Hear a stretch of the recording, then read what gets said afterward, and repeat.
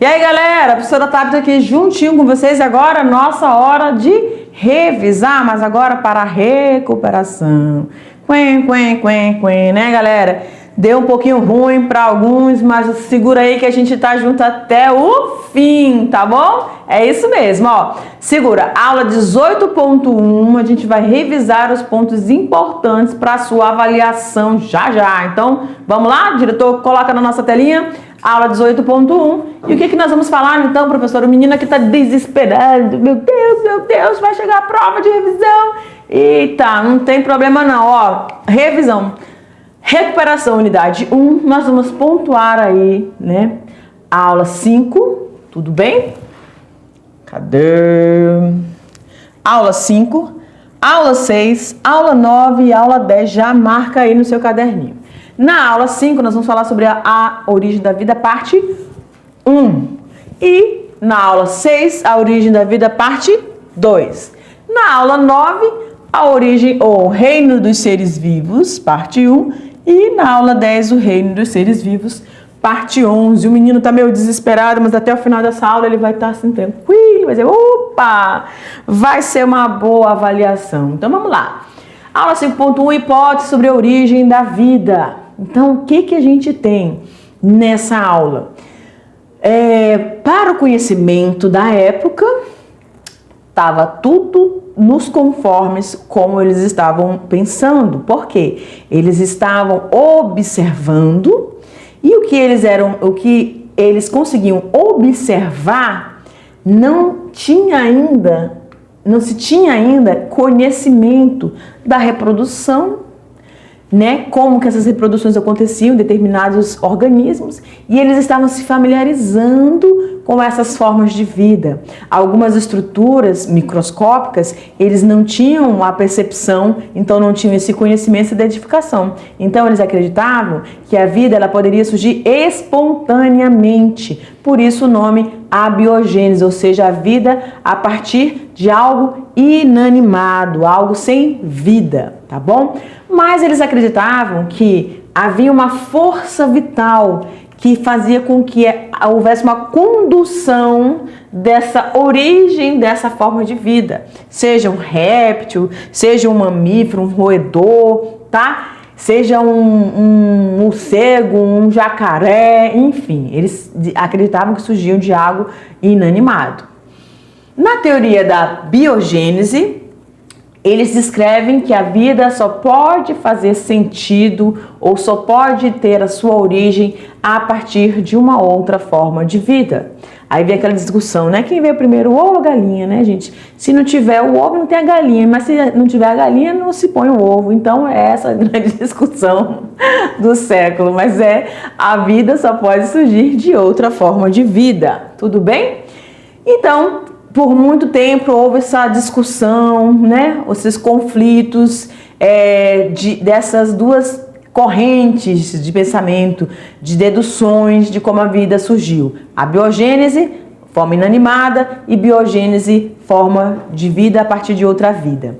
E aí a gente tem dois representantes muito importantes, o Needham e o Spallanzani, que fizeram, o Needham executou o experimento, que foi colocar as substâncias, né, em recipientes, e aí esses recipientes, depois de um certo tempo, começaram a formar formas de vida. Ele falou, olha, tá vendo? A força vital aí faz com que do nada esses elementos surjam, essas formas de vida surjam. E aí o Spallanzani falou assim, não é do nada, não é da pedaço de carne que vai surgir alguma coisa. Isso aí foi o Red, né, que fez esse experimento.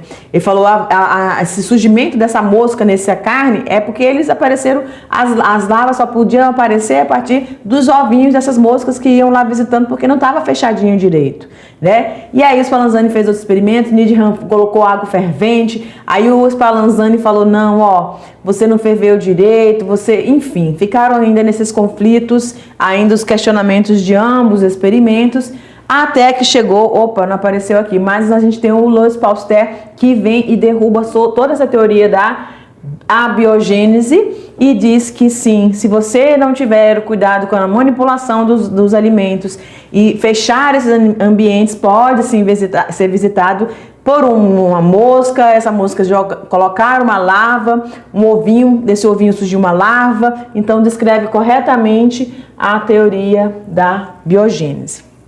Aí a gente tem uma questãozinha para recuperar, tá bom?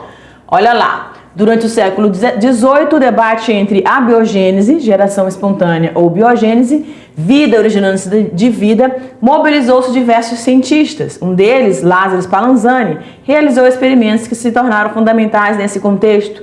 Seu trabalho foi uma resposta direta às conclusões obtidas por outro pesquisador, John O. Needham, defensor da abiogênese. Com base no conhecimento científico histórico sobre o tema, assinale a alternativa que vai descrever corretamente a importância do experimento de Spallanzani.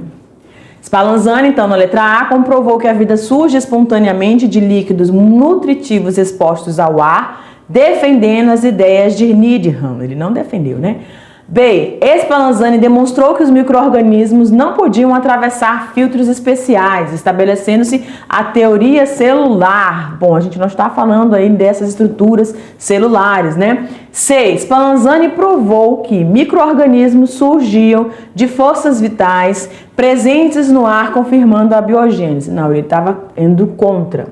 D. Spallanzani demonstrou que a fervura de líquidos matava os micro-organismos presentes no ar, contestando a geração espontânea defendida por Needham. Então, se você realmente ferver bem a água, você acaba matando os micro-organismos ali presentes. Mas vamos lá para E. Spallanzani defendeu que o surgimento da vida dependia exclusivamente de condições sobrenaturais, apoiando a teoria da panspermia. Não estamos falando da origem das primeiras formas de vida aqui no planeta, gente? Mas como que essas vidas se desenvolveram. Então, também ele está errada. Nós temos aí o gabarito letra D. Tudo bem? Aula 6. Nós temos a hipótese sobre a origem da vida, parte 2.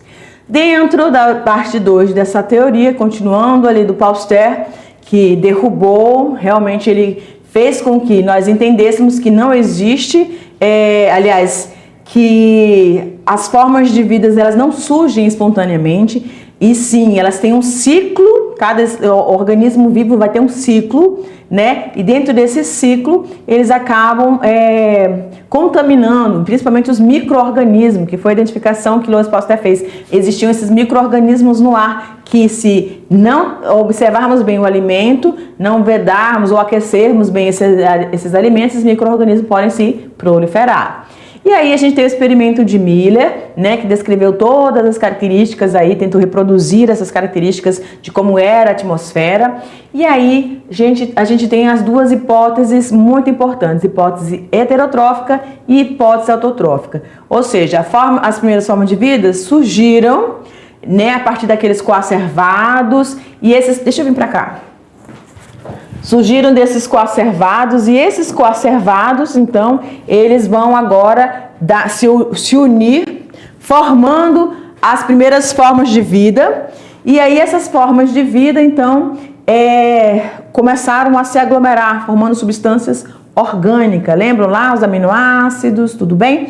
E aí, nisso, muita substância orgânica deu início, então, ao desenvolvimento de organismos microscópicos, que eram procariontes, que começaram, então, a se alimentar, metabolizar essas substâncias orgânicas. Então, eles eram os organismos heterótrofos, fermentadores. A partir desses organismos heterótrofos fermentadores, ou seja, anaeróbios, o que a gente vai ter? Esses organismos anaeróbios vão começar a liberar na atmosfera muito CO2, que vai agora também coincidir com a permissão da entrada de energia luminosa, ou luz solar, sobre o planeta. E aí lá naquela sopa probiótica já resfriada, tudo tranquilo, começou então a surgir os primeiros seres autotróficos, que eram os fotossintetizadores. Depois desses fotossintetizadores, liberando CO2 e também substância orgânica, no caso a glicose, surgiram os que vão apresentar a respiração celular. Nós, seres humanos, também somos heterótrofos e realizamos a respiração celular.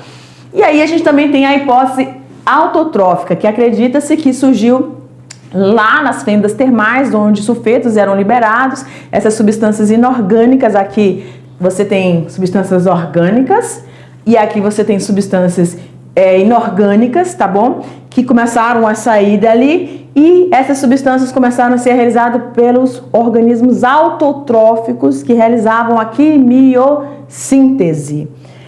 E aí, isso foi comprovado porque eles descobriram em crateras, em lugares bem inóspitos, em regiões muito salinas, presenças da vida procarionte, ou seja, de organismos muito simples, as bactérias, presentes naquele ambiente que eram capazes de realizar esse processo da forma autotrófica, tá bom? Depois surgiram aí os fermentadores, aí os fotossintetizadores e depois os que realizavam a respiração celular. Isso na hipótese autotrófica. Tudo bem? Pode ir aí passar. Vamos recuperar mais um pouquinho? Abre lá para mim, diretor. Obrigada. A origem da vida na Terra é tema de diversas hipóteses científicas. A hipótese autotrófica propõe que os primeiros organismos vivos eram capazes de produzir seu próprio alimento a partir de compostos inorgânicos, sem depender de matéria orgânica pré-existente. Essa ideia é reforçada por estudos que apontam que, para a existência de formas de vida extremófilas, ou seja, lugares bem extremos, né? Regiões inóspitas do planeta, onde há fontes de energia química abundante. Com base nessa hipótese, assinale a alternativa que indica corretamente o provável local de origem desses seres vivos e o processo metabólico pelo qual obtinham a energia. Tá bem clarinho que a gente acabou de falar sobre isso, né? Olha lá, zonas costeiras tropicais através da fotossíntese. B, superfície continental úmida através da fermentação. C, regiões profundas do assoalho oceânico através da quimiossíntese. Se você prestou atenção, né? Vamos lá. Letra D, regiões árticas congeladas através da respiração aeróbica.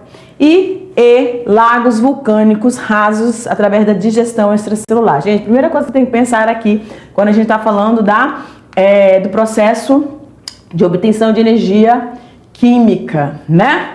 Então, nesses lugares inóspitos, a simplicidade que existia ali no ambiente. Então, o processo fotossintético é muito mais complexo do que o processo de fermentação.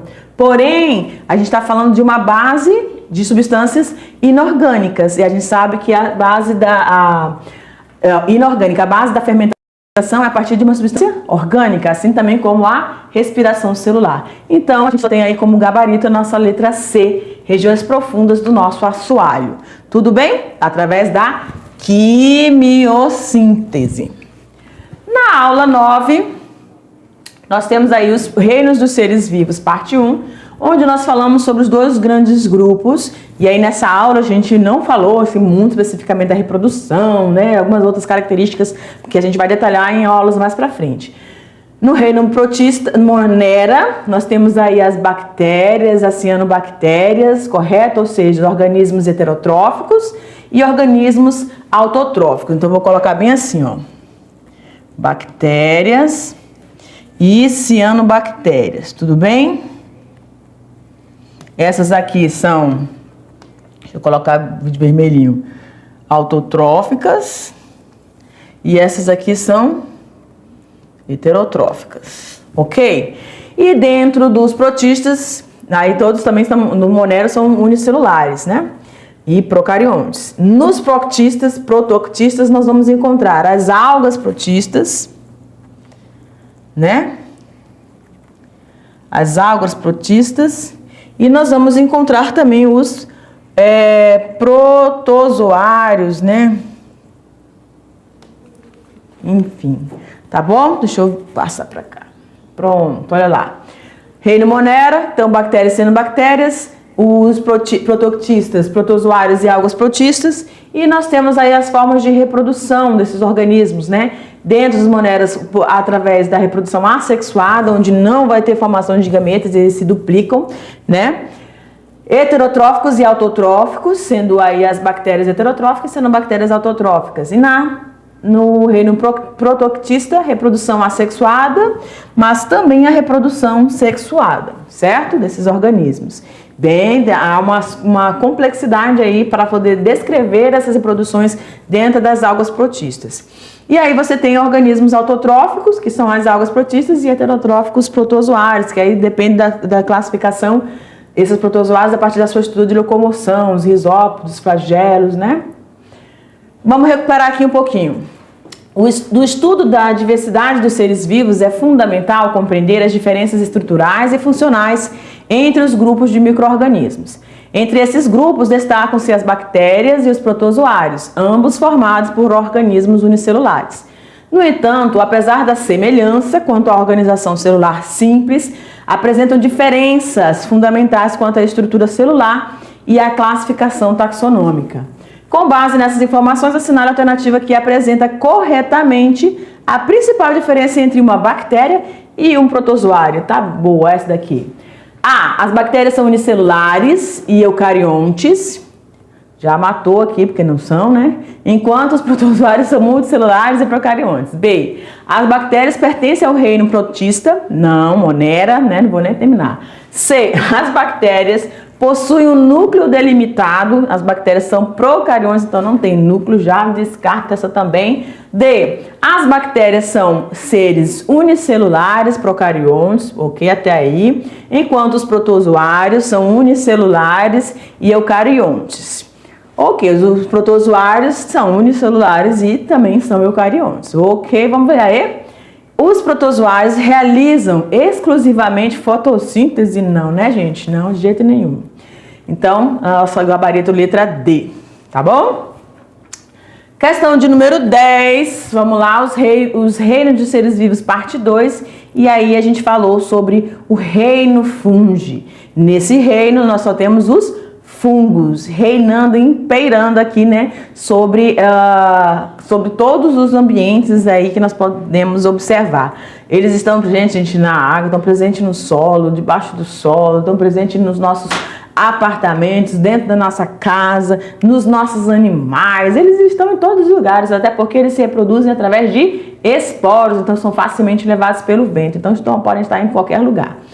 E eles têm uma contribuição muito grande porque eles são saprófagos, ou seja, eles se alimentam de resíduos, né, deixados pelas formas de vida. Então eles devolvem, são os grandes recicladores, assim também como as bactérias, tá bom? E aí a gente tem alguns representantes, são os bolores, os mofos, que aí na nossa região amazônica, né, em período de chuva ou do nosso inverno amazônico, nos dá muito trabalho para poder manter nossas roupas bem higienizadas, né? Enfim, fermentos, levedos, orelhas de pau, trufas e cogumelos de chapéu, também chamado de champignon. E aí nós falamos também, dentro dessa aula, sobre o reino Plantae. Dentro do reino Plantae, nós falamos sobre dois grupos importantes. Deixa eu colocar logo ele aqui, ó. Outro grupo, criptógamas e fanerógamas. O semente despida e semente protegida, né? Aí dentro das sementes protegidas, criptógamas, nós temos, sementes nuas, criptógamas, nós temos aí as pteridófitas e as briófitas. Briófitas são os mais rudimentares, que não têm estrutura, né, de vasos condutores, portanto eles não têm grande porte. Aí as pteridófitas que já vão apresentar um sistema de vaso condutor, e aí, mas não tem ainda tecidos especializados. Aí nós vemos para o grupo das fanerógamas, que são com as sementes protegidas, onde você vai ter as angiospermas, que são o grupo mais evoluído, onde você vai ter raiz, folha, caule, flor, fruto e semente. E nas gimnospermas você vai ter apenas a estrutura que vai se reproduzir, os estróbilos lá, né? Mas você não tem nem flor e nem fruto. Tudo bem? Uma última questão para a gente estar finalizando. O reino Plantae engloba organismos eucariontes, multicelulares, autotróficos, fotossintetizantes, cuja evolução foi marcada por importantes adaptações que permitiram sua colonização do ambiente terrestre. Esse processo evolutivo resultou na diversificação em 4 grandes grupos: briófitas, pteridófitas, gimnospermas e angiospermas, cada qual com características específicas de ocupação de diferentes ambientes. Qual a importância dos tecidos vasculares, xilema e floema, ou seja, que conduzem seiva bruta e seiva elaborada. Seiva bruta, aquele que vai sair da raiz, vai em direção da raiz para a copa. E seiva elaborada, ou floema, da copa para as raízes, ou toda a estrutura do vegetal, seja produto do processo fotossintético, né? Para a complexidade e distribuição geográfica dessas plantas. E aí a gente tem a construção da nossa resposta, que você vai verificar com a sua se tem algumas palavras-chave. Então, a gente tem aqui, os tecidos vasculares vão permitir esse transporte eficiente dessa água e de seiva elaborada, o floema, o que vai possibilitar que as plantas cresçam em altura e colonizem ambientes mais diversos. Essa adaptação favoreceu, então, a conquista de regiões mais secas, permitiu o surgimento de plantas com grande porte. Tudo bem? E aí, galera, nós vamos deixar você agora aí com a sua avaliação. Desejamos uma ótima prova para você. A gente se encontra na próxima unidade.